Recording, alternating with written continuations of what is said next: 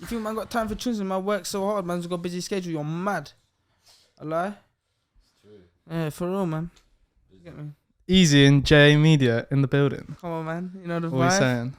On the Woodshed Productions today. Woodshed You get me? Productions, Come first podcast. You know the vibe, man. We had started right. You get me? Tell him we had started Jacob's a bit of a last minute plan, addition, yeah. so. right.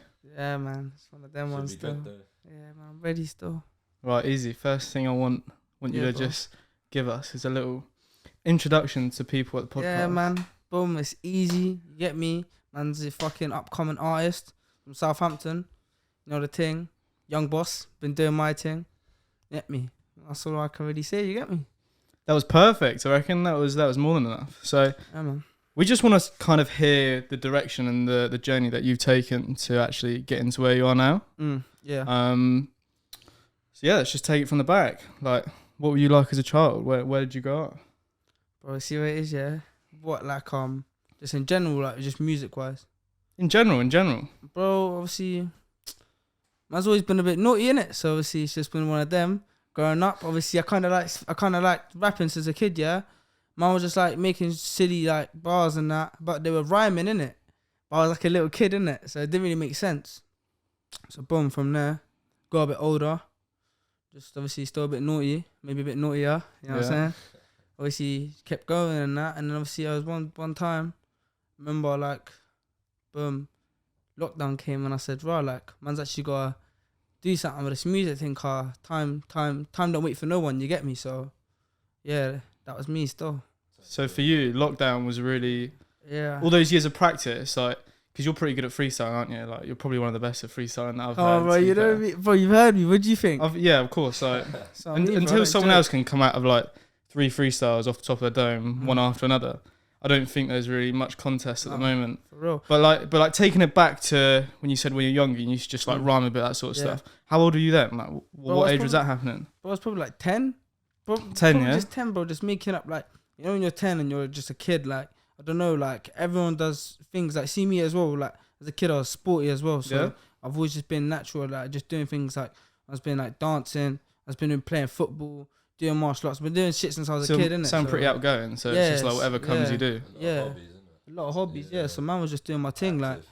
I just thought, yeah, like, make a few bars, and I was just doing it naturally, but it's one thing that, and I thought, oh, let me do this, it just came naturally, so now I grew up, I think, maybe something man got to take serious and just pursue it, you know what I'm saying?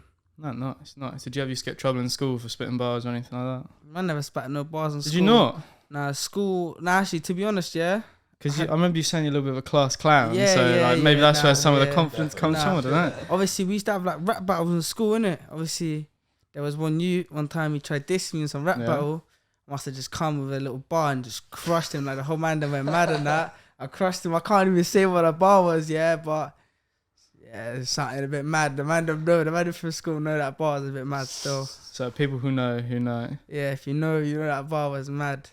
Get me? Will the world ever hear that bar? Is that something that's tucked away for time Yeah, now? man. I'm just gonna have to. Obviously, I'm just gonna. Yeah. One day. One day. One day. Song, innit? Nah, I don't know. It's too bad still, but yeah, one day. No, fair enough. Right. What were you like in lessons? Bro, I was just always like, bro, I don't know, like, I was just always talking and that. Like, I didn't, but do you know what it is, yeah? I used to learn, but talk at the same time. And I've like, even my teachers can vouch, like, I was bare talkative. Like, you could put me next to fucking the quietest person in the class and I'm still gonna make them talk to me. Like, everyone would just talk to me, do you know what I mean? Yeah, Like, you could put, like, even the quiet people that didn't like speaking to people, they chat to man. You know what I mean? They just chat to me and No, I that. know exactly how you feel. Yeah. I never really got moved that much in school, but like the few times that I did, it wasn't really difficult to strike up a conversation. Exactly, And you just get bro. labelled as the person that just like distracts everyone, which Exactly, bro. it's not even on purpose. It's just Yeah, man. someone is a bit different. We just have a That's little it. discussion with them. That's You know it, what I mean? man. I just like chatting to people. Do you know what I'm saying? Obviously, I've always liked seeing different people's, like, I just always like seeing what different people think. Do you know what I mean? So obviously, I'm just there and I'm just trying to pass by time. You know, all you want to do is get to lunch, play football with the man them after Yeah, school, exactly. go out, play football with the man them. When you're a kid, you don't really think, oh, like, I don't know. Certain kids do, so I respect that, innit? And that's what I tell kids. Like, now, yeah, don't think like, oh, like, I say this to my little brother as well. Like, he'll hear this and he can vouch. He knows this, innit? I say to him, like, make sure in school, you actually take it serious and learn. Because if I could go back to school now, I would actually like learn. Do you get what I'm saying? Yeah, I'd actually definitely. go and learn. But just Definitely. me, I was immature. Now I'm more mature. I actually think, should have took it in more serious. You know what I'm saying? Yeah, definitely, Yeah. definitely. It's something that you don't really take for granted till it, like once it's not there. Do you know what I mean? You don't really take it in, bro. Like, because obviously you want to do is just go out with your mates and Yeah, exactly. party and do little things and play football and all of that. So you don't really think of like when you go to school, yeah, you're thinking, you know, when like that day you're ill and something mad happens, you're like, oh shit, like this mad thing happened, I wasn't even there. Like all my friends, like you feel like you're missing out. So you kind of want to be at school. Do you know what I'm saying? Yeah. Like realistically, like it feels like a chore. Like obviously when you're at school and that, actually learning and that. Yeah. But, like, afterwards, like obviously this sort of age in life, you just realise like they're literally some of the best. Some of the best years. Days, yeah. And, like some days you can't redoing it. Like. For real. No, definitely.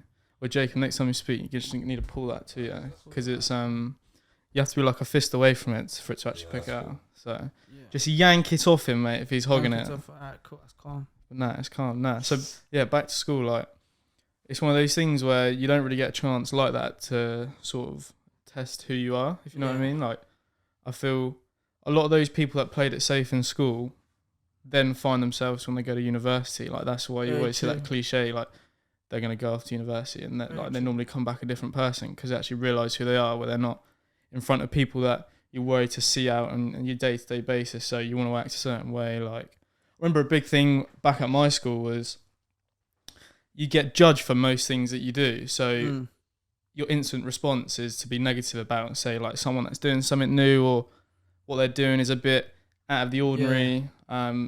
Everyone knows the sort of insults that would normally be chucked to that person. Like, everyone's seen it. And it's almost like if you partake in that, then later on down the line, when you might have a genuine interest in doing that, you almost like put a little mental block up to yourself because it's like, oh, well, I've said that's this. I don't like took the piss out of it. Are people then going to take the piss out of me for taking the piss out of it? And now I'm doing it. Do you know what I mean? Like, that was a big mental barrier I'd say, for me, I'd had to overcome. And a lot of people from my school that I've spoken to say the same thing. Like, school can be a bit of a vicious place. It can be a bit mad, isn't it? It can, yeah, definitely.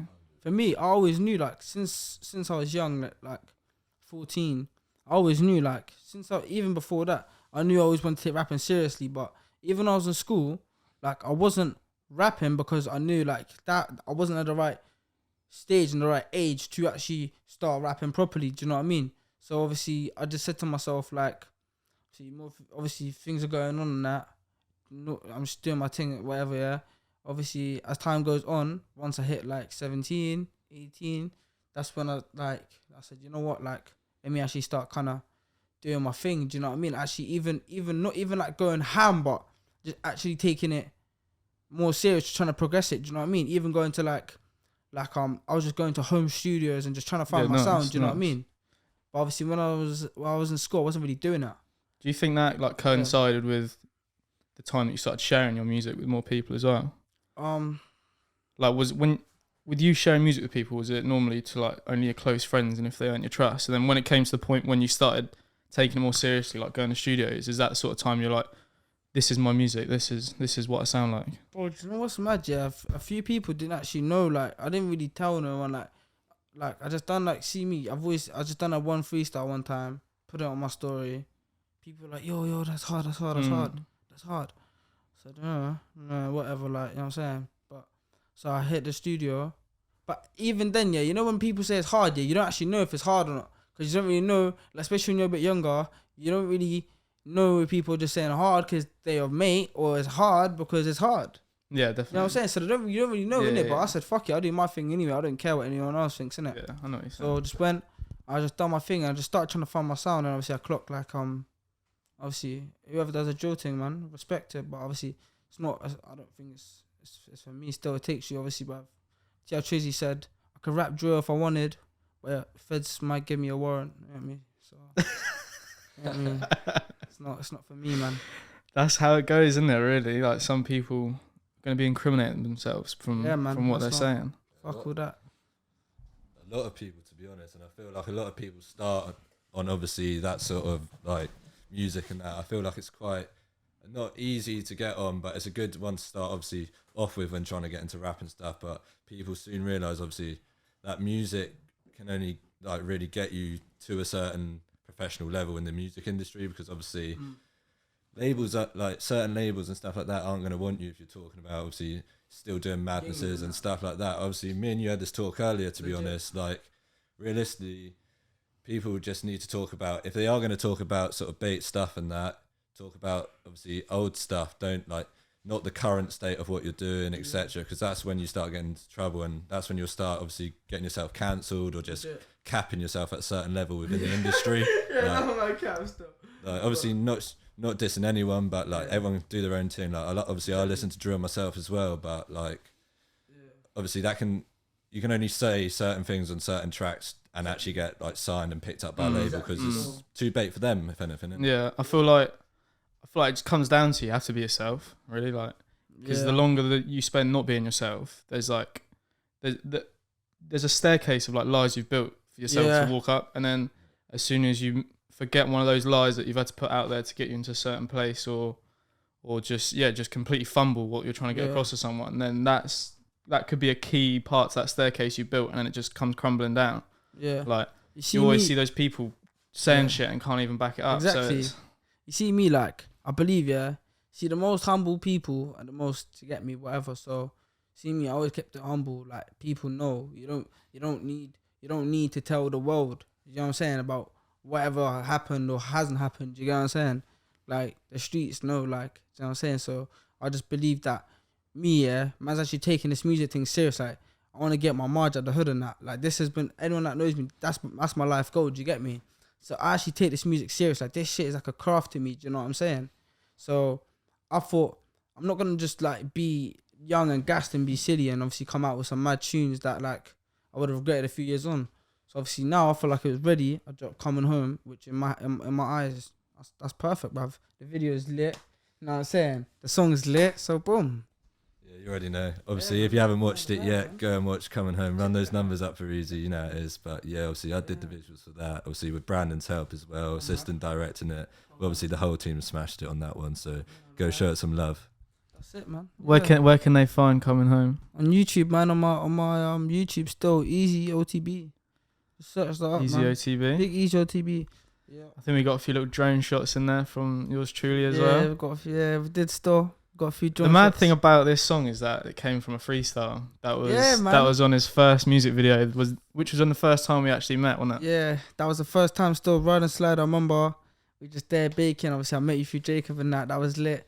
Obviously, but you lot can even vouch. Like, I done that off the brain. No bars, nothing. On this, what was the name of the song again for that one? Ride and Slide. That's it. Yeah, Ride and Slide. So I came on and did the BTS for Ride and Slide, and that was cold. So we turn up to the hotel. This is just a funny story to add, to be fair. Turn up to the hotel, and as soon as you walk in, there's like 3 security guards on there just eyeballing us straight away, because there's one hotel room's been booked, and then 4 guys turn up with like hard shell briefcases and all this stuff. Obviously, it's just equipment inside, and it just looks a bit mad, to be fair, because it's one person's booked this room. This looks a bit dodgy. Anyway, it gets to the counter, and then, sir, you have one VIP of the night. We've upgraded your room. They literally put you in a room. Bear in mind, this has been booked for the music video. Yeah. Put you in a room with balcony along the cricket pitch, because this was the EZE part, which is the cricket pitch. Like it's like where England play, that sort of stuff. Literally, the payingest room is, I think it's like a suite where it has its own living room and it has its own bedroom. Yeah. Balcony, open up. So we're on the balcony just chilling in between scenes. Come back in, and then, BTS camera rolling, and he just starts spitting. Man, you know the vibe. Just doing my thing. You can see that original, either the BTS or the actual, or the actual clip itself, just on its own on the YouTube channel again. Yeah. The maddest thing is as well for that, is when I booked that hotel, obviously I expected the balcony, because it was just meant to be like the room with a balcony and that. Obviously, it wasn't meant to come in a living room and that. Man's got there, they're telling man's got a living room and that. Obviously, man's gone in there, but the living room's fat and that. So obviously, man's saying, bro, like, you get me? They knew he was meant to go to, innit? So, man. That was pretty mad. Like, literally couldn't have played out more perfect. Yeah, man. And then later on in the BTS video, you'll see when we're in this car park, And for some reason, literally the only day of the year that it snowed, it decided to snow, didn't it? And it's just kind of, no one's expecting it. Like literally bin bags over cameras. It was just a bit peak. So I'm gonna say cool shots from it anyway. So you should go check out Ride and Slide as well. That's a cool video. Yeah, man. If you know, you know, man. I had to snow on my video shoot. With the little, what is it? The bin fire as well. Yeah, the little bin fire. We had hella shit in it. I suppose that's like a good segue into you, Jacob, really, because you two, obviously you said you've been thinking of like words that rhyme together since you were 10, basically. Fucking this guy over here. And Jacob, well, Jacob was the first person that I met when we went to college on the first day. Yeah. Sat next to this goon. And yeah, we've been mates since, but we kind of started doing video like completely separately. We basically fell out of touch with each other, didn't we? We stopped talking after college. Well, yeah, after college, like obviously everyone started doing their own thing at work and stuff like that. We just sort of fell out of contact. I mean, it's quite easy to do. Obviously, a lot of people experience that obviously after college and stuff. But yeah, and then so basically, I might as well just explain sort of backstory to it then, really, because what we did was I basically went into full-time work straight after college. Just obviously office job, really boring, stuff like that. Like a lot of people obviously do office jobs, fair enough if you enjoy it, but it's not for me. So basically I was fed up with it, I was fed up with getting micromanaged. I knew I needed to be my own boss, innit? So so basically in college and stuff like that, I was doing moving image, which is like film production. So I was making obviously just short films and stuff like that, messing about with the camera. Obviously before that as well, I was doing photography in GCSE. So during that time as well, our photography teacher also gave me and mate an opportunity to showcase it in a video form as well. So that we were lucky to pick up the camera in that as well. And I did really quite like, obviously without sounding big-headed, that I did like well in like GCSE and like fucking photography, and obviously in moving image as well, I smashed it as well. So then after that, obviously I was doing my boring office job. I was still picking up the camera here and there, just filming like some mountain bike edits and stuff like that, like film my hobbies basically. And then obviously I saw Ed started putting music out, and at that time I just really wanted to get into like filming people. So did you know Ed before this, or is this just like you followed each other and that was that? Obviously, if you're the man then from Shirley and that, obviously I knew. So you're both from Shirley. You're both from Shirley. Yeah. So basically, a couple of the man then from Shirley and that I met through them.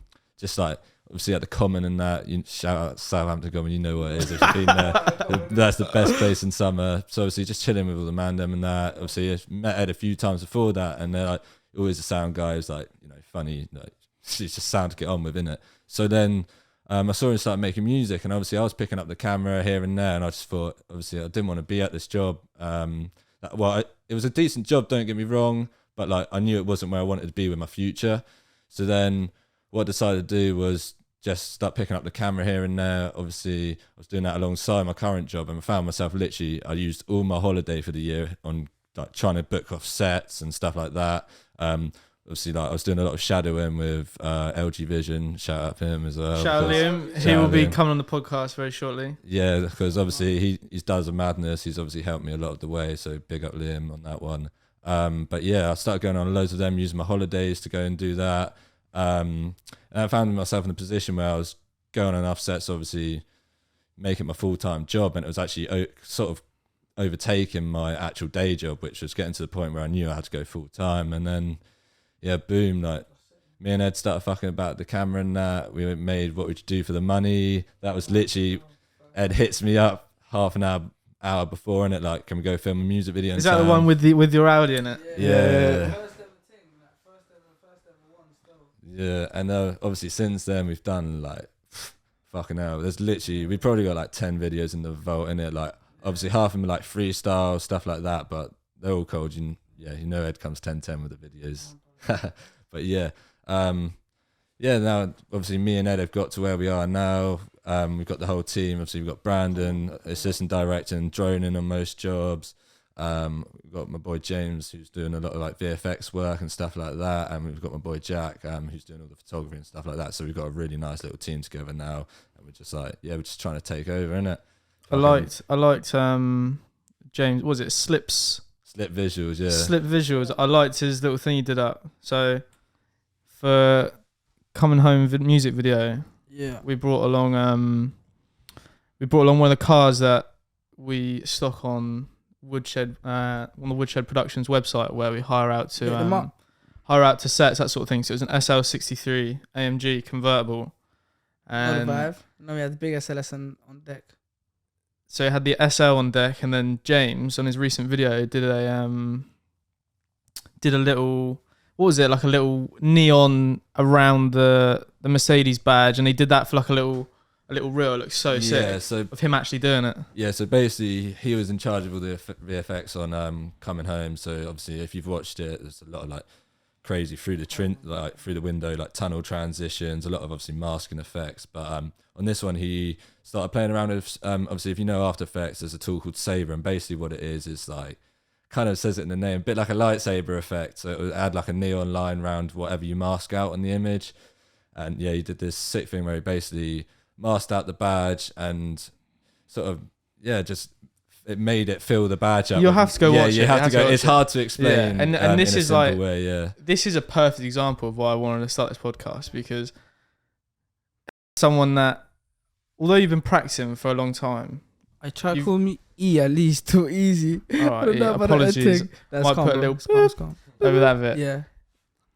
He's been doing it since he was 10, but you've only been taking it seriously, as in trying to make it into something that you can work with and that will actually supply you for the rest of your life. You've only started doing that in the last how long? Bro, probably in the last, like, bro, you know what's mad, yeah? The first time, like, man actually started to take it serious, yeah? No lie, it's when J Media, me and him were just chatting, and he was showing me, like, BMX content and that. And I'm saying, bro, why are you recording that? And he's showing me videos of his car and that, yeah? And it's looking sick. I'm saying, bro, why are you recording your car and you're recording BMX videos? I said, fuck that, bro. I said, am I lying? I said, bro, you should start recording videos, bro. I said, you could actually take this, like, you could go ham with this, you know what I mean? And he's like, oh, you reckon, bro? I said, yeah, bro, like, you're talented, innit? So obviously, boom, we just kept in contact and that. There was a random day on my boy's birthday, shout out my brethren, yeah? I said, do you know what? I said, J Media, what are you doing right now? He's like, nothing. I said, get me, what, you want to do a video? Out of the blue, we didn't use no money, no budget, no nothing. We just picked up the camera and just got to it. Do you get me? For me, that's sometimes like one of the best videos you can look back on and say, right, like, man started from this. You know what I'm saying? Like, man, that's the first thing man ever did. You know what I mean? There you go. And so like, how long ago was that? Like a year and a half ago? What are you saying? Like, where's that? Was it last year? Yeah, probably, I remember you showing me bits of it last year. Probably about this time last year is when I started like it actually probably was about a year ago, yeah, because that's when I started going like a bit more serious into it and doing my own thing. There you go. And so, like, a similar timeline for you then, Jacob. Like, you've been doing this seriously for about a year now, like probably coming up to it. Yeah, so obviously I went full time in November this year is when I left my like day job in it, but obviously before that I was doing it since early last year. I've just been like coming on sets and obviously doing my own little jobs here and there, club shoots, that sort of thing, a few local artists, music videos, and just trying to obviously promote my stuff out there as much as possible. Getting your name out there. Yeah, exactly. And this is what I love doing in it. And the people are like, obviously I've got around, the teams that I'm involved with, like, couldn't ask for better in it. So like, honestly hasn't felt like I've worked a day since obviously I left my day job, because obviously I'm working a lot doing what I'm doing now, and if not arguably more hours, but like it's what I enjoy doing, so it doesn't feel like a chore to me. No, that's it. That's like the main goal, really. And so you've been doing it for about a year now. Ed's been doing it seriously for about a year now.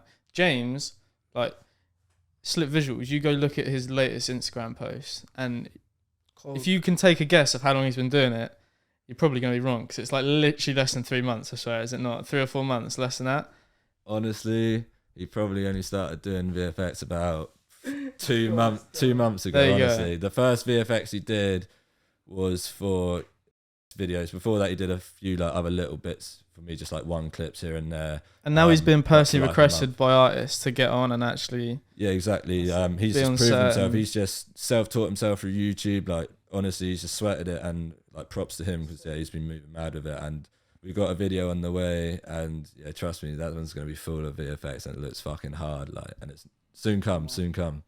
Trust me. Shout out Slip Visuals and that, but yeah, shout out my man. He went ham on that still. I can't lie, he made it cold. But yeah, I was also gassed for J Media car. Obviously, everyone's trying to escape the trap of 9 to 5, innit?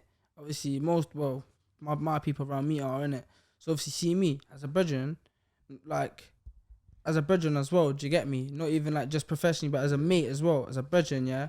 Man was gassed that my man can now do his thing properly every day and he don't have to go to work in that shitty little office and my man's telling him when he can have lunch break and when he can't have a lunch break and that. That's mad. So for me, like, I was gassed, you know what I'm saying? Because we pretty much started at the same time, do you know what I'm saying? So man was gassed, bro. Man was gassed for him, bro. And if you're not gassed for your brethren, then you're a neek, bro. Simple, bro. Joke, man. But yeah, man. That's it. Can't fail to mention a bit of Jack Bentley photography. Yeah, man. Oi, see my man? You get me? He gets the cold shots, man. You get me? He's another one where, yeah, perfect example. I say all of us doing this, perfect example of that. You don't need to look too deeply in what you already know and make a decision of that, because pretty much, at least for myself, yeah, I never picked up a camera in that sense up until I made the decision to go and do it. Like, I had a camera on my phone and I started less than a year ago. I started in June last year. Jack, he's been like doing bits of cameras with his scooter edits and stuff like that, but professional photography, you look at where he started and where he is now, he's gotten to that in easily less than a year, probably less than half a year, maybe, I don't know. And the ability to go from that to that is astounding, and you can make money off of the point that he's at now. So when people say, I don't have the qualifications to do this, I don't know how to do this, you need to flip that and sort of think, well, you haven't been taught a specific way to do something, so go and fucking find the way that suits you. Exactly. Like, you may need to learn off someone else. So in that case, like Jacob did, yeah, he went and found one of the best producers in the area. Come on, man, you know who's doing stuff for like Bad Boy Chillico and all that sort of stuff, and he's been mentored by him. That's it. Who can you ask for like a better mentor than someone that's in that position, doing exactly what you want to end up doing? You're learning from the best. Like for me, I find it easier to just watch YouTube videos, and then where I haven't been taught that there's a certain way to do something, if I think, oh, I reckon that'll look cool, then there's no limitations put in place by someone else that like doesn't know what you want to do. Like you could have taken camera, like what are the courses called at uni for stuff like this?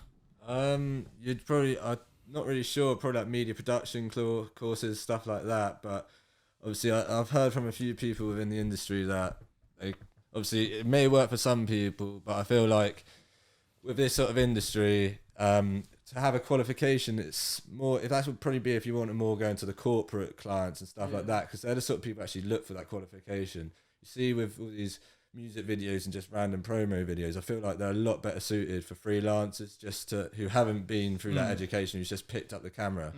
I feel like obviously you don't come with all these rules and like obviously you don't have these like legislations and stuff like that. Say I need £35 an hour as a cameraman or something like that. You don't have that as a freelancer. You make your own prices, and I feel like it's good with our sort of industry because you can basically choose how many clients you have.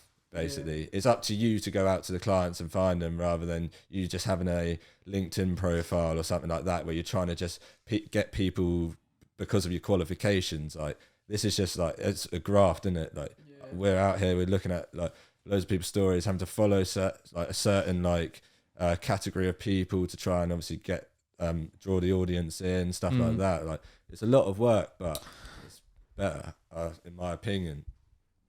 Adding on to what J Media's saying, yeah, I believe that whatever's meant to be for you will be. Do you know what I'm saying? Whatever's destined for you is destined for you, innit? I believe in God, so that's what I believe in. And number two, I believe that let me rewind that. We all have the same 24 hours, innit? So do you get me? So all you have to do is just go out there and get it. If you really want something, you can't tell me you can't get it. 'Cause even if you practice half an hour in the morning, you wake up that half an hour earlier, you practice that half an hour, and then you go sleep half an hour later and you practice that half an hour in the evening. You can't tell me that you don't have 24 hours because everyone's got 24 hours. I understand some people have like busy schedules where like they have to work and that, but obviously, everyone's gone through shit. Like we all got 24 hours. We all got to make it happen somewhere or another, innit? So I hear what you're saying. Obviously, from the point that you're coming from is like you're mainly speaking at people that are like lazy, that have their own spare time that can be used. That statement doesn't obviously pertain to people that are actually in positions that they can't. Of course, bro. But I mean, because there's been loads of shit on the site. Remember that Molly May came out and said exact same thing. Bro, I didn't even care. See me, I ain't afraid to tell people whatever. Like in a way, though, yeah, she's not wrong though. Do you know what I'm saying? No one, like, how is she wrong? Like she's not wrong in a certain way, bro. Do you know how much shit? Like, but see these youths. I'm talking about me. I'm not talking about people. I'm talking about these youths on the block. There's a lot of youths on the block that say they want to do this and want to do that. But brother, you got 24 hours and for halfway through them 8 hours, all you're doing is on the block bonding Zeus. You know what I'm saying? You got time. Like, completely agree with that. To me, you're a joke, man. If you do that, you're a joke, man. Like you could. This is aimed at people that like actually have the time, that can spare the time. Half these youths, spend half the day on TikTok or fucking half day on Instagram. Legit, spend half like 3 hours on TikTok. Then that 2 hours you spend on Snapchat. You know what I'm saying? I don't know, bruv. And it's mad because everyone's always on their phone. Just put it on your phone and go master your craft. Whatever you want to do, just do your thing. I understand like some people like moms and dads and people that are struggling actually going through tough positions. That's different, you know what I'm saying, bro? I actually feel for them people there. But I'm talking about like these youths that like say they want to do this and say they want to do that, or people, you know what I'm saying? Like, bro, you're wasting your day. Just get on with it. Master your craft, bro. I've had shit, bro, that I've had to deal with, and I had to master my craft, bro. You know what I'm saying?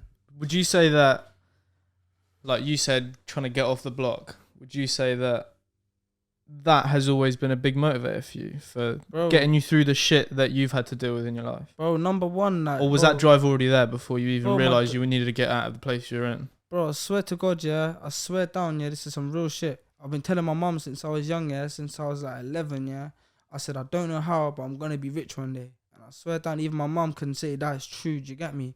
I said to my mum, I don't know how, but one day I'm going to be rich. Like, bro, listen, yeah, obviously, do you get me? Where I grew up, yeah, bruv, it's just, like, man, grew up on the classic council estates, bro, you know what I'm saying? It's shit, do you know what I mean? So obviously, bro, like, man's Marge, bro, in my eyes, bro, she's a queen. She don't deserve to live in this, in these shitty places, you know what I mean? So in my eyes, bro, man has to be that guy to break that chain of poverty for my family. I need to be that guy to, because everyone in their family has someone that makes them a millionaire, innit? And in my eyes, bro, since a young age, I've always been determined to be that guy that does that. You know what I'm saying? To pat my little bro so they don't have to do what man's had to do or what man's waiting for now, car, bro. Real life shit, bro. Like, you know what I'm saying? I ain't gonna talk, but man's risk shit. You know what I'm saying? Man's really risked it. You know what I'm saying? Just a pattern shit. You know what I'm saying? Just a fucking rap, pat my family. You know what I'm saying? So, boom. Yeah. Like, there's a few people that would actually say that. Or I've heard people say that sort of stuff. Like they want to pattern their family, and then you look into what have you done to pattern your family then? And then it's really nothing, to be fair. But we were on set for Ride and Slide at the hotel room again, and then oh shit, he's on FaceTime. Who's he on FaceTime with? He's on FaceTime with his mum and his brother who were on holiday, which he sent them on. Come on, not a vibe. Like while he's here working, doing his thing, it's normal. But it's normal though. Like, this is what I'm saying. Like, you see, that's another thing I want to elaborate on. Yeah, you see, there's a lot of people out there. You know what I'm saying? Obviously, they might have certain expensive items, but their family are struggling with certain things. And see, man, bro, man's not always been about, oh man, I'm designing this, man, I'm designing that. Bro, listen, bro, right now, like, you might as well just stack your peas, help your family first. You see, when you get money, bro, it's meant to go down. So it's meant to go down to your family first, and then what's left, bro, you just do your thing. Do you know what I'm saying, bro? You don't just, a lot of man, yeah, they'll go and do shit, buy brand new shit, brand new whatever, yeah. The mum's like, oh, can you lend me £20? And he's like, oh, like, I haven't even got that. Like, what? Yeah. How does that make sense? Do you know what? It's something I feel like nowadays, and this goes back to what I said about how at least my school was, things like designer clothes, designer shoes, like the fresh haircuts, that sort of stuff. The same way that you didn't want to do the stuff that was seen as weird, or like literally the word everyone used to use was gay. Like, there's a bit peak in it, that stuff that is seen like that is gay. Oh, but it's in reality it's something that you think is like a little bit weird or something. It's a bit peak for like a bit peak. That's the word for it in my opinion. But the opposite goes the same way, where it's like, oh, that's a sick fucking Stony jumper. Yeah. And then that becomes one of your like end goals is a Stony jumper. Like, appreciate that is a goal that you want to work towards, and you might have some satisfaction when you get the money together to buy that. But it takes down this vicious cycle where all the things that you could have tried that were slightly different are all seen as like quote unquote gay. Like, so it makes you not want to do them. They could be genuinely making you happy. Whereas you're working towards something that someone else thinks looks cool. You're finding happiness from it. Yeah. And then for me, that was like the slow process of conditioning myself to only have happiness from things that I buy. Yeah. So I found myself from a young age working just to be happy. So I'd work 5 days a week to be happy for those 2, or in extreme cases, if there's stuff that I want to buy, I'd be working that whole month for that one day that I could go out and spend that money. And then it's like, all right, well, I've got these pair of shoes that I want, or I've got this jumper that I want, but I can't do anything now. Like I can't. Yeah. I've got this stuff sitting in my wardrobe, but do you want to go out to town or something and do some shopping? Oh, I did my shopping on flannels on the first day I got paid, mate. Like I can't really do anything else. I come along for moral support, but like even then, I used to put myself in positions where I wouldn't even be able to pay the bus journey in this before I drove, or like I'd be asking for a fiver to put in my card. Do you know what I mean? Like, it's sad when so many people nowadays get their happiness from buying things. Yeah, bro. I think obviously, see me, I'm not gonna lie, bro. When I started grinding, whatever, like, bro, I wouldn't cut my hair for 3 months, and you even know how much I've saved up. You know what I'm saying? Just because I had a haircut. The longer his hair, the more money he's been saving up. Yeah, it's mad. And it's if mad you want to rob Ed, rob him when he's got mad trim, because he's got. it's worth a try, but you wouldn't get very far, innit? But yeah, like, and another thing, like when I was like, obviously whatever, 17 or whatever, like it's mad because man wasn't thinking I want to buy shit. I was thinking I just want to save. Yeah. So you'll see me in some £70 Air Forces, and you know what I'm saying. And half these youths, I've seen youths with like, but obviously shout out to the guys who like your family are good, and if you have designer because you want it and you're happy with it, fair play to you, brother, innit? That's you, innit? As long as your family's nice, I respect it, innit? But obviously, I've seen guys in like mad shit, bro, and they've got like less P's the man's got, bro. Man was just wearing like a fucking Puma tracksuit, you know what I'm saying? And some Air Forces, bro. And I've got long hair, you know what I'm saying?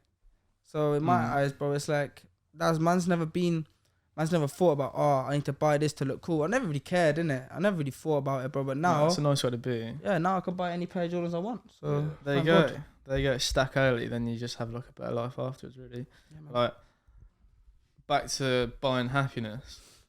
That's what's like passed down generationally as well from these people that are well off, because like I was in a very privileged position growing up where I never really had to worry about, like, if I wanted to go on a school trip, I'd be like, could I even ask and put my name up? I could always just put my name up and ask later, and normally like it would be sorted for me. I never had to worry about if we could pay for like electricity or like the heating, or we were gonna have food on the table. Like that was never a worry for me. Don't get me wrong, things weren't handed to me, but it's hard to. You do have a distorted value, a distorted conception of money when you do grow up like that, because I feel like the reason I am today is because my dad was very straight talking to me. Mm-hmm. He wouldn't hide numbers away from me. He wouldn't hide like genuine meanings of things away from me. Like he'd just tell me how it is. And I remember like that, plus maybe like playing in like these little PlayStation games like Gran Turismo. You see these fat like lumps of money for like a car and shit like that. Like I'm a 14-year-old chatting about money. Like I've literally got 100k to burn in the back pocket. Like you hear people talking about cars. Like, how much is that? And then they're like, it's 20 grand. And you're there thinking, oh mate, I've got a 100k car in the Gran Turismo garage. That's not that much, that car. Coming out from a 14-year-old, like that's ridiculous. Yeah. So for me, it wasn't actually until I started doing stuff freelance myself that I really understood the value of money, and not in the sense of like what it's worth, but more of a respect to it and how it takes time to earn it. And like common saying is, you can fucking like it's a lot easier to spend the money than it is to earn the money. Like you can spend the money in seconds. It takes a long time to earn the money. So like, although I started off making the least amount of money I ever had, coming from like a project management job, in construction, I valued the money that I had from it more, because it's like, right, I've gone out and earned this. This was something I thought I always could do. I've now gone out, proved it to myself, and I'm now finding happiness from doing something that I want to do rather than buying the things that I want to buy. So I find myself wanting to spend money less. Yeah. So that urge to just go do something to make most money as you can is gone. It's just like, I'm just doing this because I like doing it. Like, don't look forward to the weekends anymore. And that's not me saying that in a bad thing, because every day feels like the weekend for me. It's not. It's not like I've got to think, oh, I've got to get up tomorrow, I've got to go to London, got to do this, got to do that. No, this is the path I've chosen. Yeah. And I'm enjoying going down that path. You know, Jake, you probably attest that, and you as well. Yeah, just like be your own boss, isn't it? Like, literally, that's all it is, being your own boss. Yeah, no, 100%. Like, yeah, as obviously Brandon said, you don't really look forward to your weekends as such. Like, obviously, you get up so much good stuff during the week and stuff like that. Obviously, I've been on some mad projects and stuff like that, and I mean, seeing the stuff I've got to see, I would have never seen that if I wasn't in this like position of what I've been doing for my work. Like, I'd have never been around like all these drift cars, like all these models, like literally all like the maddest equipment in like this like camera world. Like, I would have never been around that if it wasn't for this job. And we were like, chatting about you were working with a pair of lenses that are insured for like a house deposit. Yeah, it's like insured the same amount those lenses are insured for is the same amount you put on a deposit for your house. Yeah, that's insane, isn't it? These bits of glass. Yeah, a lot of lenses are like crazy. if you go to obviously cinema warehouse or something like that, it's like the vintage lenses and stuff like that. They're like, you have to get some like they're worth mad money, like like the ones that are from like the 1980s and stuff like that. You can't even put like a figure on them really. Like priceless. They're priceless, exactly, because I mean you can't really replace them, can you? Like, there's only a certain amount of them left there, so the prices of equipment's crazy sometimes. Like, that's the thing when you start doing something yourself, because you would never think about the startup cost to be able to get to the point where you can make money when you work for someone else, because they've already done that legwork, and you just get put in the position of, right, you're essentially a placeholder for them to make money. Like, the stuff and the infrastructure is built around you already. You're just the conductor of that, really. You get put in that place where you hear people moan about, oh, why is the boss taking this much money? Yeah. Well, I'm getting paid this. Well, like, I get your argument, but until you've actually made that leap into like experiencing what it takes to build a sustainable business, like I'm not there yet. Like Jake could probably tell you that he's not there yet. Like we're on the journey of getting to that point, but this little into that journey, you do understand, like, well, I'm the one going out getting the clients. Yeah. I'm the one putting the money into this business for the equipment that sets you aside from the rest of the people. Yeah. So, like, I believe in a fair cut to the person that's working with you, but why should you pay like an equal cut to that individual, or not even that? Just until you've actually gone out, made the leap yourself, I don't think you can really moan about payment unless it's something ridiculously like less than minimum wage. I'm all about a fair cut for working for someone. I'm still all against people underpaying people for what they do, because like how are you going to expect a good bit of work to come out of someone that's getting underpaid? Exactly. Right? But yeah, mate, I just realised I've just been rambling on. I can't remember what I was even chatting about. Going back to that thing about buying happiness, the only thing that I find buys me happiness, shout out to all the artists, is actually like going to the studio. Do you get me? So by buying happiness, I mean buying hours, innit, to be in a studio. Like, to me, that's actually like something worth buying. You know what I'm saying? Man's actually buying hours and just making them up. So when I say like buying happiness, the way I differentiate what you're saying there is the fact that you're investing in yourself to have time doing something you like doing. So when I say buying stuff, I don't just mean like I'll go buy a new camera. But that allows me, if the purchase is sensible, like for instance, time in the studio. If I went out and bought a camera that I know I'm not going to use, I just want it because I want it. That's a stupid purchase. But for instance, for you, buying time in the studio, you're investing in yourself. Each minute you spend in that studio, you're learning something. You're getting better at what you do. Exactly. You're reinvesting into yourself. Me buying camera equipment, to an extent, like you can get a bit carried away when you're buying shit, because like. The number gets like with camera equipment, the number gets so big, and then a little thing added on doesn't really change that first number. So it's like you just sort of add stuff on. You get a bit carried away sometimes, but when it's going towards you investing in yourself, it's justified in my opinion. Yeah, definitely. When it's like, I find it a bit hard to justify when people are like buying like a Gucci tracksuit, because They want to look good on camera. Yeah, it's a bit mad stuff. It's like, hold on a minute. Gucci tracksuit isn't going to take away from you being like shit. Yeah, do you know what I mean? Legit, bro. If you're shit, you're shit. If you're shit, you're shit. Gucci Gucci tracksuit in anything is just going to make you look even more shit because it's like, wait, is that fake? Like, because you are just shit straight away. Yeah. Invest that time into like you said, studio hours. That's what I say to all these young artists. Like, I respect their thing. If you're going to studio, you know, like, obviously, especially if you go to a proper studio, like, obviously, the studio I go to is professional, innit? So that shit don't come cheap, you know what I'm saying? Like, that's all the artists record and that, you know what I'm saying? Like, shout out RD and them, and them I record there, innit? So, yeah, man, if you want a proper thing, it's not going to be a cheap thing. So, I respect all them young artists that actually out there, going to the proper thing, you know what I'm saying? Actually trying to elaborate their career, do you know what I mean? So, yeah, How much does it cost to go to that studio you go to? £30 an hour, innit? 30 quid an hour, like, yeah. Appreciate that is 30 quid an hour. And for some people, that might be 3 hours of work for that 1 hour. Yeah, exactly. That's what I'm saying, man. Not everyone's, that's why I respect it. Not everyone's just rich. So you gotta respect the young artists because there are young artists out there that are talented and they don't have. Bro, one of those those young artists could be working like closely with someone that could be the next producer. Do you know what I mean? Yeah, like, man. You don't know where that will start. It's like shout out to Hondo, yeah. When me and Hondo done that live, yeah, with the rapping and that, there was bare cold youths on there. Do you know what I'm saying? So yeah, it's just one of them things. Like, who won that in the end? Did anyone win, or did you? Like, obviously, that's for off camera. Obviously. Nah, basically, I can't even say on camera, but obviously, yeah.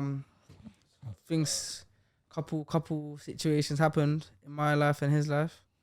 That's fine. These things happen. Nah, fam, it's just Pete. Obviously, I can't explain it on the thing, innit? How am I gonna explain that, bro? Seamless transition into this car. Oh, hey. Whoosh. Yeah. So someone won it, but some personal things got in the way. So it just life fucked up the show, but we're gonna be back on air real soon. You get me? We're on air now, bro. We're on air now. Nah. Me and Hondo's rap show is back on air. Yeah, the rap show. Yeah, back on. Explain the rap show. Like, what did it start out as? Bro, basically started off as me and Hondo. They said, fuck it, we'll see who's got the best bars. It was like a 3-day challenge. So the first time, we just wanted to hear what they had, hear their own bars. You know what I'm saying? There's a lot of cold youths on there. Shout out my boy S. Hondo as well, innit? My boy S. Hondo from London. You get me? He's upcoming as well. He's cold, innit?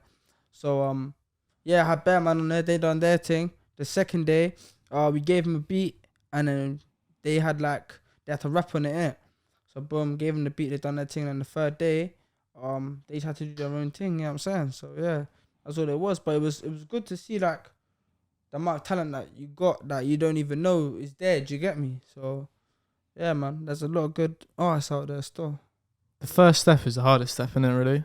Definitely, bro, definitely. For a couple of those people that are doing that, probably that was like one of the biggest hurdles for them, was just doing that.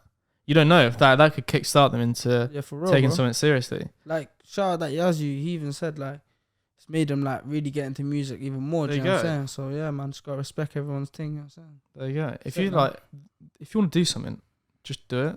The longer you leave it, the harder it gets. Like from a point of like, the longer you leave it, normally means the more time that you've revisited the idea more times and you've denied that idea. So you've got more reasons in your head not to do it.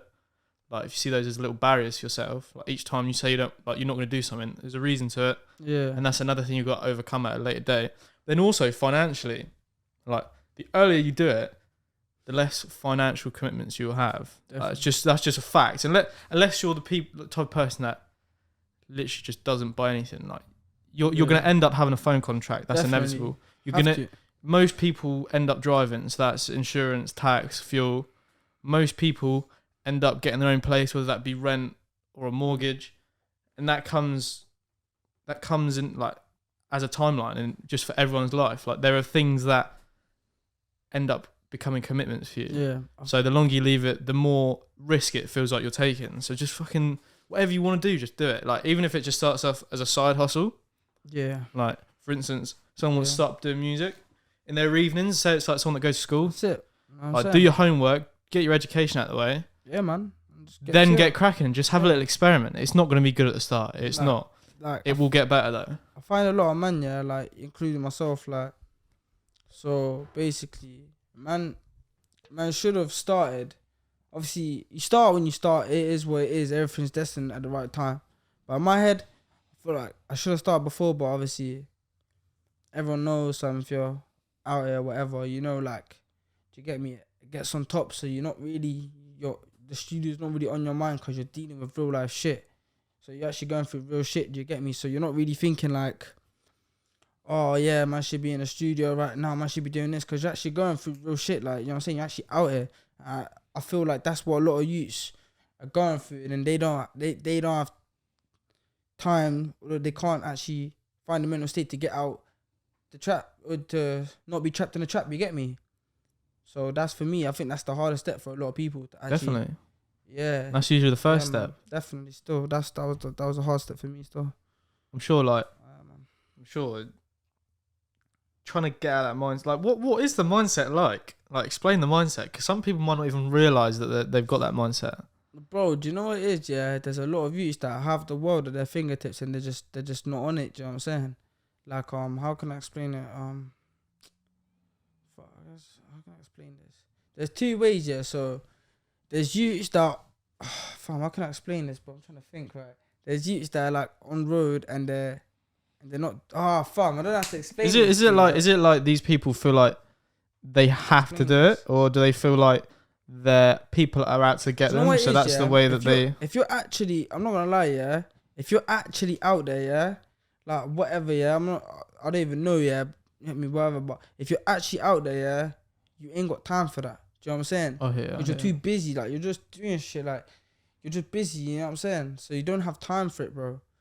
That's why. That's the hardest bit. Like, but like I said, you don't have time. But, bruv, you do in it. But yeah, you're just so caught up with so much shit, bruv. That it's funny because slipping, bruv. It's funny, yeah, because like, you know what I'm saying, ends up slipping away.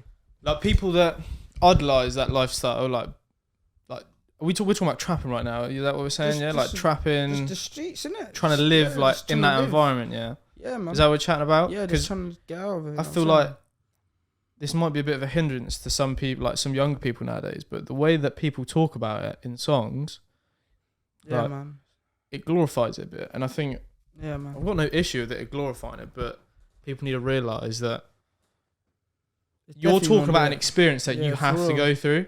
Yeah.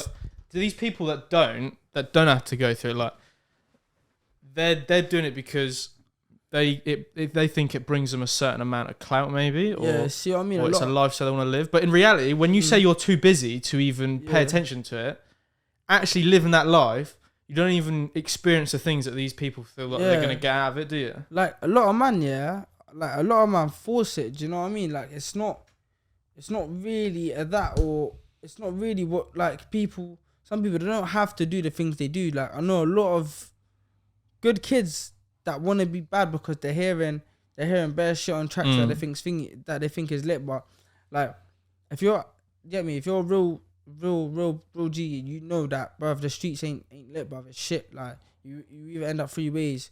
You either go get nice, you go prison, or you die, bruv. Do you know what I'm saying? Because the feds catch up to you in the end. If anyone's saying to you that they won't, then they're chatting shit, because they do, innit? So it's just one of them things. Like, I don't know, bro. It's one of them things still. You can't tell people what to do with their life, can you? Yeah, like, you can't tell people what to do. You can just guide them, innit? So that's why I tell all the YGs, like, all the little kids, like, brother, like, try to get yourself a pattern, and then, you know what I'm saying? Just try to get yourself a pattern, man. Don't think this road. I say to you, whoever does their thing, yeah, do your thing, but just remember, this road shit isn't forever, innit? And if it is forever, then that's not the sort of people I'll be around. Car, this road thing is not forever, bro. You know what I mean? No, definitely. Definitely, bro. 100% not. It's just dangerous as well. Like, why do you want to put yourself in that sort of stress? Do you know what I mean? Unless it's something that you have to. For real, like, yeah, and a lot of people as well, like, that's one thing I want to touch on. Sometimes I think, because whatever, like we're from Southampton, yeah. Whatever people say, you can't do road in Southampton, but there's bad places, there's council estates, there's bad places everywhere. So a lot of people bad places, talk on the outside, but if they come to the inside, they wouldn't say that because they don't know what it's like. Like, if you come to the ends, yeah, you don't understand it's not a nice place. You come to my, you don't understand it's not a nice place. You know what I mean? So a lot of people just talk from the outside without actually knowing if, oh, how can you do roads in Southampton? You know what I'm saying, we live in OT, bitch. What do you expect, man? Where the real OT's at? What the fuck? But yeah, so yeah, man. No, I hear what you're saying. It's a lifestyle, isn't it? Really, it's a lifestyle that It's not something you want to just take serious, though, No. bro. You want to just do your thing and just get the fuck out, bro. yeah. Find yourself a craft, even if you open a business, bro. Whatever you want to do. I even say to kids, bro, it's better to get a job than fucking do their shit, bro. You know what I'm saying? Just dead, bro. You know what I'm saying? What's your personal experience with trying to get yourself out of that life? Is that something? Bro, I ain't gonna lie, see me. I've applied, like, I've tried work jobs before, yeah, but I never done more than a week, innit? I never done more than a week at jobs, innit? I never lasted, you know what I mean? But yeah, never really lasted. But obviously, Do you think that's because you did stuff you just weren't enjoying, or bro, I was just thinking, like, do you just prefer working for yourself? Is that Bro, something? it was one. I don't like anyone telling me what to do or what to not do, because you can't tell me what to do, because you know my mum, innit? So that don't make sense. Another thing, bro, like, man's got little bros and mum and that, like, obviously, and I'm trying to, I need to go studio and do shit, and that, bro, you can't do that off no work wage. You can't do this shit off no work wages, bro. You ain't got enough, bro. You ain't got enough peas for that. My head's fuck this, fam. So yeah, wasn't really made for work. You know what I'm saying? I remember I was working in Tesco warehouse, yeah, for like 2 days. It's like minus like 2 degrees or something, bro. I'm in there with a beanie on and my ears are still cold. I'm saying, nah, fuck this, bro. I remember I had something in my hand like a clipboard. I dashed on the floor. I said, fuck this, bro. Like, man's not meant to be here. Do you get me? So I just cut, bro. And then that was me, bro. You know what I'm saying? I couldn't do that, bro. Fuck that, bro. It wasn't for me still. That was the start. That was the start of it Yeah, all. that's what made me deep. Like, fam, every time I was on my work, bro, I can't stop thinking. I swear down, this might be weird.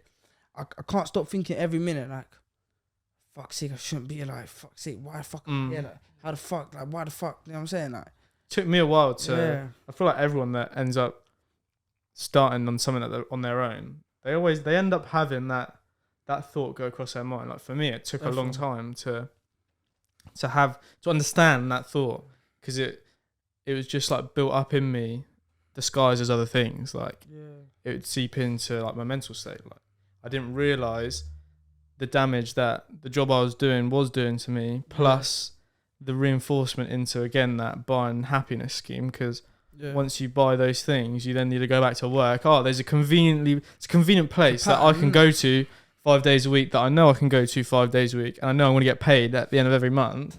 Like, you get into this cycle that it's pretty hard to break.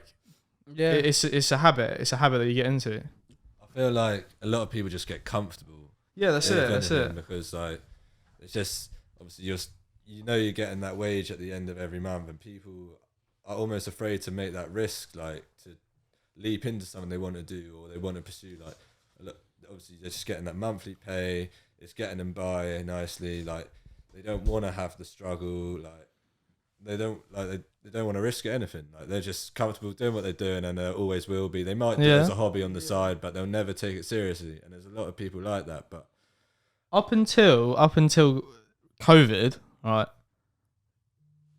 that was the safe thing to do. The safe thing to do is to go work for an employer. You're PAYE, so you got a pension that people that you're being paid into. So you've got that security for when you retire. You've got a workplace to go with things to do every day that you've been contracted for, and you get that money in your account at the end of every month. COVID showed that it's not that secure. Like, bro. people getting drops left, right, and centre.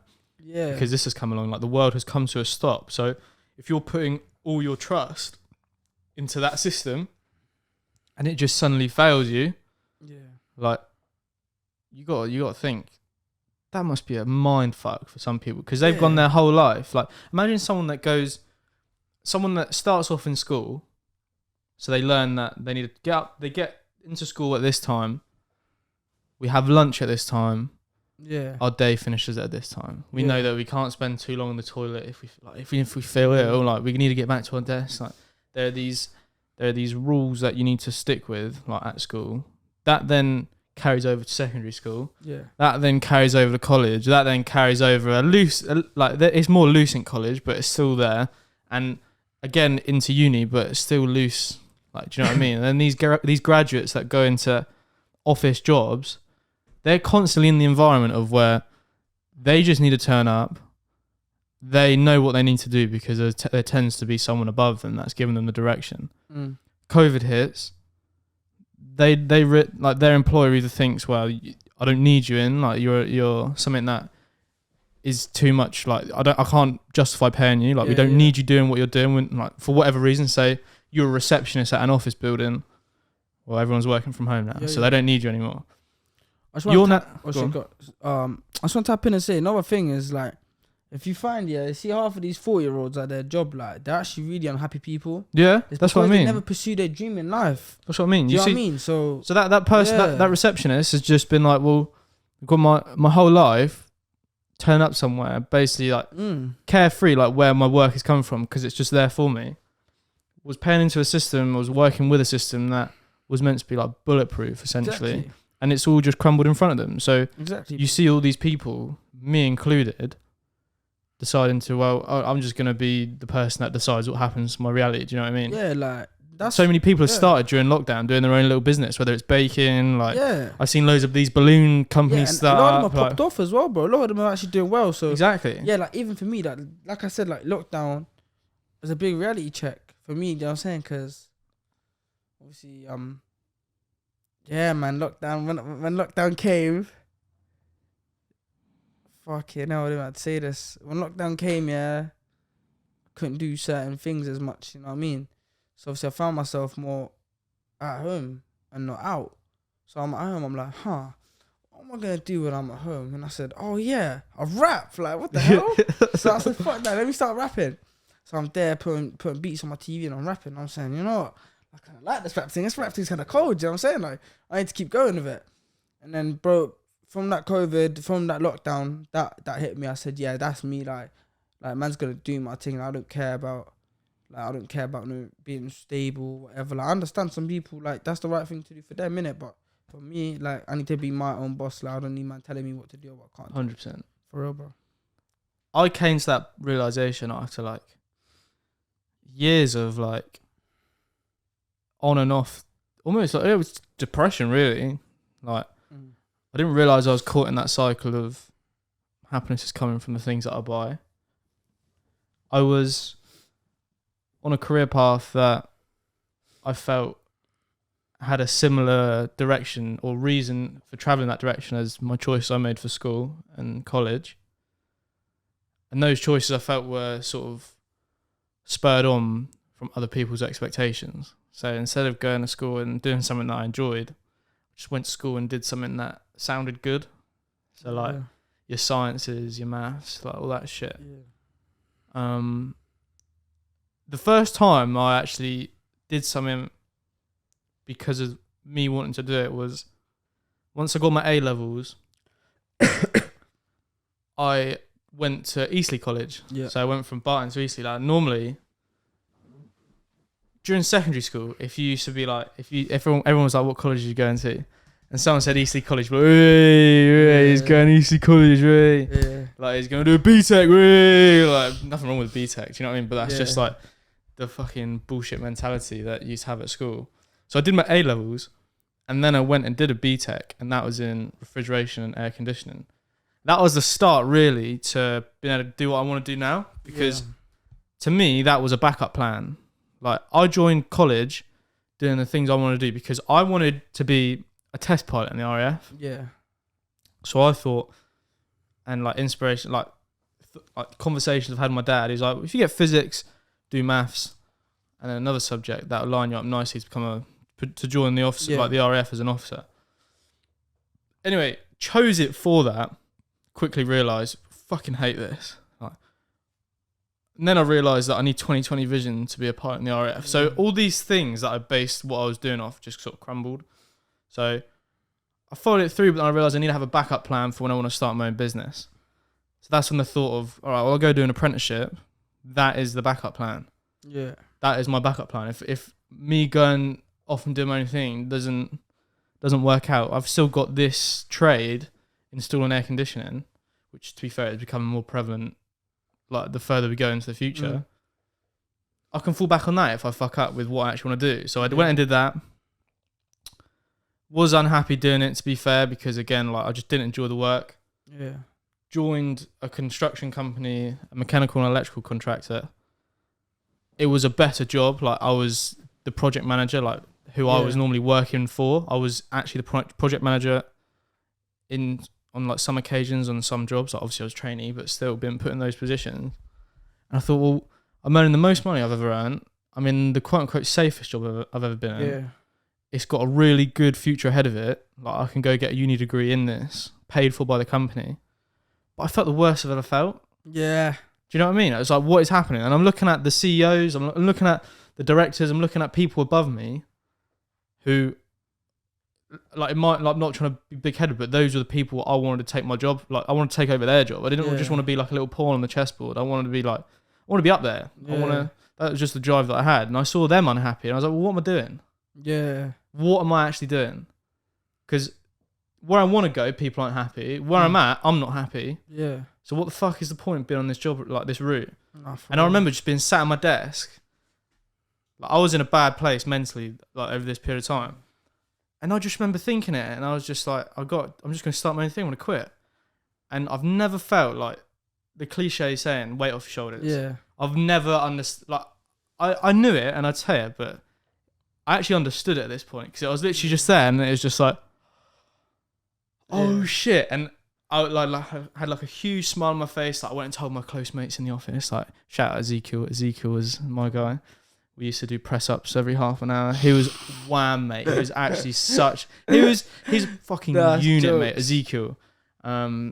Very smart dresser as well. Anyway, I went and told him, I was like, I'm going to do this. I'm going to have a van. I'm going to be able to just go across country, work wherever I want.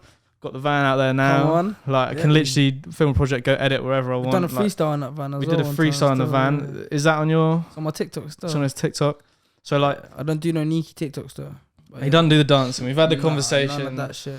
I've got a video of him twerking, but that's not going to be released. That's definitely... That's cap. Definitely cap, yeah. Yeah. But no, yeah, once I started this journey, it's just like...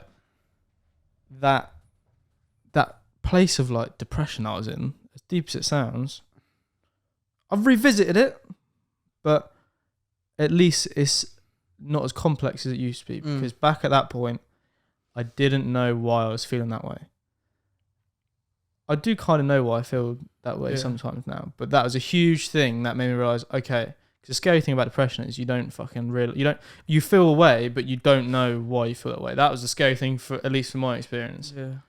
That was a box that was a reason that got ticked off now. Like, okay, I understand this more now, because this whole area of feeling, like this whole feeling I had, is just gone from that one decision I made. Do you know what I mean? That's good still, I'm not going to lie. So it's because now you're doing your own thing and that. Now you're your own boss, no one can really tell you what to do or what you can't do. Do you know what I mean? The craziest thing, like, from going from a 9 to 5, you might have experienced this. You probably, I don't know if you experienced this, because you've always had the mentality of you didn't want to be in a 9 to 5, but doing this now, well, when I first started, it was really difficult to think, am I doing this in the wrong way? Because I'd get told off for doing it this way when I was working for someone else. Like, work hours, my work hours for a week might have been like 10 till 8 in the evening. Like, still doing loads of hours, but I'm starting bare late, and I thought, I need to be starting early, like, because that's the time I'd normally start at a company. Did you ever feel that when you first started, Jacob? I mean, yeah, I guess so, because obviously when you're first going into it as well, you don't really have anyone as guidance as such. Obviously, there's a few people that obviously patterned me and helped me along the way, but like, obviously that initial first gap where you're trying to obviously network with these people and stuff like that, that interim period's just... You don't have that guidance. You've got to find it for yourself. Obviously, once you find it, you find your own way of working. You've got your own workflow and that. Like, you just get used to it. But yeah, as you say, now you don't feel the pressure of I have to get up at this time. But don't get me wrong, it's a hard job. Like, I'm waking up at like stupid early mornings and then working till God knows when in the morning and stuff like that. But at least it's something I do, and I can take the breaks I need during the day. Like, say if there's a time I feel stressed, it's not like oh, you have to still be on the phones at work. What are you doing? You can't come off. Like, boom, I can just go do whatever I want, take 15, half an hour out, do my own thing, come back to it with a fresh mind state. Yeah, definitely. It's maybe I've got a bit of a biased little opinion on what I'm doing, because where I'm doing something that you two could probably attest to this, doing something that is what I want to do. The bad things sort of just you don't really think of them, because in relation to what you were doing, they're not bad things. Yeah, 100%. Bro, I'm not gonna lie, bro. When it comes to this music thing, yeah, it's like I said to you one time, bro. Like I don't think anything bad is music. Car one, I appreciate everyone that says I'm cold, and everyone that runs on my shit, and everyone that fucks on my shit. Like fuck with the visuals, fuck with the sound. Man, appreciate you, innit? For real, I actually do. But fuck, I don't even know what I was gonna say from there. Oh shit. Nah, but bro, yeah, like I don't think nothing bad about the music. Car man knows I'm cold, and people know man's cold, so I know, like, bro, the sky is the limit. Do you get me, bro? Yeah. Like, I know what man can do. Like I said to you that time, bro. Man's here for a long time, bro. Not a good time. You know what I'm saying? Man's here to make this shit a career. Do you get me? So, yeah, bro. I don't see this. I don't think of music and think, oh, but what if like someone says this or someone says that, bro? You get haters anywhere you go, whatever you do. But you can go to a job and have haters there. See, that's an interesting point, because I don't know if you want to chat about this. If you don't. But like, you've had the opportunity to work with people that would have helped your career in this, but you, like you just said, you want to do it the way that is right to you, instead of the quick way to the top, essentially. Like, is that like shed some light on those? On coming to that decision, because I've come to a few of those decisions myself. That's what I'm saying. See what it is, yeah. You see me, yeah. I won't do something because it's gonna benefit me. I'll rather take the hard way so I can pattern my own thing, because I don't need no handouts off no one. I've never had a handout off no one, so I don't want no handout off nobody. Like, I know what I can do, bro. And if I fuck with you, we'll do a thing together. Do you know what I'm saying? Like, if I don't fuck with you, bro, like, man ain't working with you. Simple. Like, I don't care if you're bait or you're not bait, bro. Do you know what I'm saying? That don't matter to me, bro. I've had bait artists try to shout me. Even some know now. Do you know what I'm saying? The man said, nah, G. You know what I'm saying? Nah, it's not even that. Even some London artists try to shout me, and I just still said, nah, G, like, it's not that. If I don't fuck with you, bro, I don't really fuck with you, innit? So, how does this sound to you? For me, it protects my peace of mind, because if I ended up working with someone that ticks all the red flags for me not to work with them, like, in my head, I don't have them written down, but in my head, there's a little thing that goes ding. Like, if they say something that's like, oh, okay, that's one of the red flags. Like, when someone says that, you can kind of gauge where they're going to be going with the conversation. Like, when they say, oh, it'd be good exposure. Oh, ding, ding, ding. We've got the first red flag, because that's going to normally be a compensation to a poorly paid job. Like, it's good exposure. Okay, well, we didn't really need to add that if it was going to be like something that would be worthwhile for the creator in the first place. That's a red flag for me. Do you see those sort of things? And then when you make decisions influenced by those red flags, does it satisfy you in knowing that I don't need to worry now because there's not all these uncertainties? Like, for me, am I going to get paid? Is this going to be worth my time? Bro, in my head, it's more like, right, number one, do I like the person? Yes or no? No. So I'm not doing it. Do I like the song? No. So I'm not doing it. Do you know what I'm saying? Like, you know what I'm saying? If I like the artist, simple. If I like the artist and I fuck with the song, you know what I'm saying, and you're not a capper, then me and you can work. You know what I'm saying? But obviously, if you're an artist and I don't really fuck with you, that don't mean that I'm not wishing the best for you. You know what I'm saying? Like, I still hope you do all the best, bruv, but just not with me. You know what I'm saying? Not with me. Not with me, bro. Go find someone else, but not with me. And I'm doing my own thing. You know what I'm saying? That's what people say to me. Oh, you're moving like Central. Because remember Central, when he's coming up, he wasn't trying to do no features with no one. You know what I'm saying? I said, bro, I know my worth, bro. I don't need to do. Look where Central C is now. That's what I'm saying, bro. I don't need no one to, like, I've got features. Shout out Skrilla and that. My bedroom up in New York. You know what I'm saying? I've got a few features, but every single one of my features, people that I fuck with, they're real, and their music is cold. You know what I'm saying? If it wasn't that, then I wouldn't be working with them. Real shit. Makes sense, really, doesn't it? Protects the peace. Yeah, man. There's nothing worse than doing work that you have doubts on. Exactly, bro. Because those doubts just multiply over the period of the project. Exactly. Jacob, you must have had situations like that. Yeah.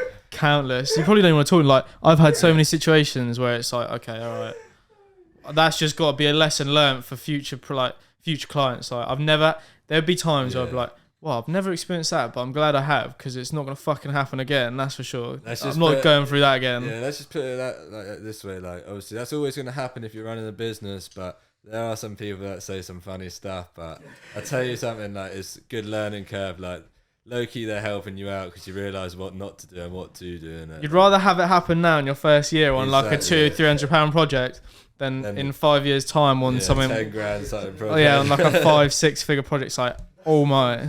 Yeah, exactly. Like, that's the interesting thing about doing your own stuff as well. Like, you sometimes like, how the fuck did that just happen? I never even like. Someone could do something so bait or just so like just fucked up. It's like, I never even knew a person like you existed. Yeah, like, how have you just said that? How have you just done that? It's like, wow. The music industry, obviously, I feel like it helps you network with some like really like interesting people, but also like good people, like really nice to work with, stuff like that. But I feel like it also opens up a world. You find a lot of interesting characters within the music industry, 100%. Like, I think we've all probably experienced that, but like, you know, it's like, unless if you don't fuck with the artist, you don't have to work with them. Exactly what Ed said. Like, do what you think's right, innit? So if you're fucking with their tune, or if they're just moving correctly, like they don't have these red flags, like you said, Brand. Like, why not work with them? Why not give them a chance? Always give someone a chance. Don't burn bridges before you try it, innit? Because that was like, honestly, that will set you back. Like, one thing I've learned is literally don't try not to burn like as many bridges as possible. Definitely. You always need someone later on in life, 100%. Definitely. To come help you do something, or they'll end up becoming into a trade that you might need their service from. Like, 100%. They might be able to crack you a good deal, stuff like 100%. that. Networking is key. That's the most important thing. 100%. Like, going back to what I said, the exposure comment, there have been plenty of times when I've done a project because I just like the project, and getting paid hasn't even crossed my mind, because the benefit to me is that it looked good on my portfolio. That in turn opens doors for me to make money on future projects like that, or it's just a cause that I want to get behind. Like, for instance, one I did recently was my old head of year at secondary school. His wife ended up like having like terminal stage 4 cancer. Like, she was terminally ill, and That's a mad thing. the money that it was sad, and I hope she's doing good now. Like, there was a charity football event raising money for her, like special treatment, because they live out in Hong Kong, and I'll try to find the link for it and I can add it in like at a later date so everyone can go and donate. I think it was something like £250,000 or £300,000 or dollars for this treatment. They were at halfway by the time we did the charity football match, but I went and did a video for that. Like, it's a good cause. Like, that individual helped me at school because he was a fantastic head of year. And obviously I would not ask to get paid from that. That is something that I wanted to do firstly because it was a cause that I believed in. It gave me fulfillment and satisfaction in other ways, because that's something that the family can have in remembrance. God forbid anything happened. Like, hoping that she's getting through it the best recovery possible. Like, is hope for her. Do you know what I mean? But that is a perfect example. It's like, you don't need to get paid for everything. Right? Exactly. That tested my skills. I learned some new skills doing that. Got a nice little thing for the portfolio, and it was for a good cause. That is enough in my eyes for payment for that sort of thing. Like, comes swings and roundabouts. That's it still. That's it. Definitely. Right. Do you know what, lads? We're actually coming up to an hour and 20 minutes. Fucking hell. Does it feel like an hour and 20? No, Does it not? Is it going quick? Yeah, like you a reckon? 40-minute thing, innit? Yeah. You reckon? Right. 40-minute thing. I'm going to ask you. Go on, bro. This might be a bit on the spot. Go on. Do you reckon you could give us a little freestyle? Oh my god. You know? I literally said that. What, have you got a beat for me though? You can do whatever beat you want on your phone. Wow, this freestyle. Alright, cool then. Let's try something. Live. Come on, this is an example. Like, he's good at freestles. You'll witness this right now. I don't know about this one, G. I can't lie, I'm dying for a piss, so you might need to wrap this up soon. Had to go empty the tank, couldn't think straight. But we're everyone knows that feeling when you can't think straight from a fucking piss. No, like that. I guess that sometimes though. road trips are the worst. Like when you're younger and I don't know if anyone else had this when you're younger and like you needed to go, so you've gone once, and then you have that like one more go until like your parents just think you're being annoying, and so you have that one go, so you're trying to savour it, and you're like, and then you have to use that one go, but then you drink more after that other go, and then you're like, oh, there's a third time, and then you're just like, can I say this? So there's that decision you need to make, whether you're gonna be that annoying kid that asks to go again because you've broken the seal, or you're just going to pattern it. And sometimes you use those precious goes early in the road trip. So anyway, that's some joke shit. Right. We're gonna free stuff to bring, man. You know, little freestyle, you know. Get me? Damn, man. Fuck that, bro. How do I fuck it? Fuck. How do I Rewind. I lie. Everyone has a second go. Come on. I lie. Yo. Man, it's easy, you know. Yo. Them man, they don't jug. Them man, they don't chippity trap. I guarantee when I was trapping, I was probably up then your knee is gaff. She said that her man needs work is cool, baby, can't man his staff. And she wouldn't roll to the AP, I guarantee she can't roll to the gaff. The lawyer told me it's a full routine, asked me and Andy in the courtroom. And they know that I'm way too litty, I'll fuck your chick and I give it a dicky. I don't need to look too jippy, I'll back up my weapon and man get blicky. They know that I'm on the road, real life shit it gets too sticky. Niggas talk shit but they ain't on not.